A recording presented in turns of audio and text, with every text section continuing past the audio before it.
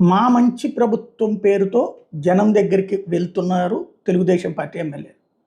వాస్తవానికి ఒక్క సంక్షేమ పథకం ఇవ్వకపోవడం వల్ల ప్రజల్లో ఉన్న వ్యతిరేకతకి కంట్రోల్ చేస్తూ కరెక్ట్‌గా దీనికి ముందే తల్లికి వందనం డబ్బులు వేయటం, అది కూడా ఎంతమంది పిల్లలుంటే అంతమందికి వేయడంతో సంతోషపడ్డారు.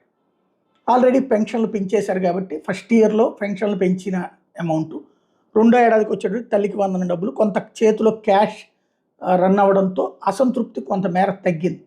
దాంతో ఎమ్మెల్యేలు కూడా వెళ్తున్నారు. అయితే ఎక్కువగా పబ్లిక్‌లో వస్తున్నటువంటిది ఈ ఇళ్ళది క్లియర్ చేయమన్న దగ్గరతో పాటుగా కొత్త పెన్షన్లు ఇవ్వమని అడుగుతున్నటువంటి వాళ్ళు, రేషన్ కార్డులు ఎప్పుడు ఇస్తారని అడుగుతున్నటువంటి వాళ్ళు ఉన్నారు.